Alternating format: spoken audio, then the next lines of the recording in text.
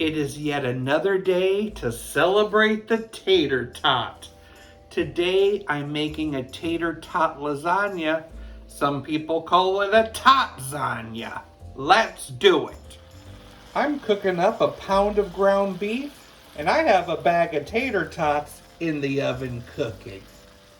I'll add a shake of garlic powder and some Italian seasoning to that meat.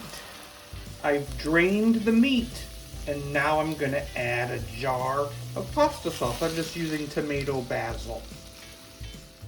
Stir to combine, and then I can just turn off the stove and let it sit. In a bowl, I'll need a cup of mozzarella cheese, a 1/4 cup shredded Parmesan, a 15-ounce container of either ricotta cheese or cottage cheese, and 1 egg. Combine together. Time to layer our prepared pan. Half the sauce. Then half of those tots get put on top.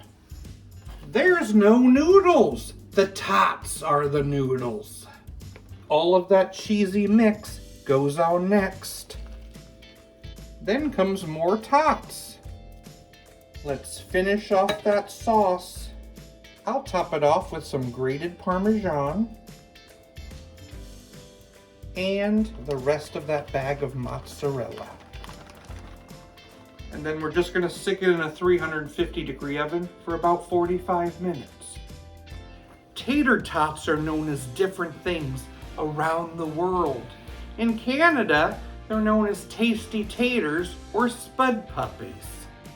In the UK, they've been known as oven crunchies. And in Australia and New Zealand, they're known as potato gems, potato royals, potato pom-poms, or hash bites. And they're so popular in New Zealand that the Pizza Hut there made a pizza with a hash bite crust. Totsagna! Here we go.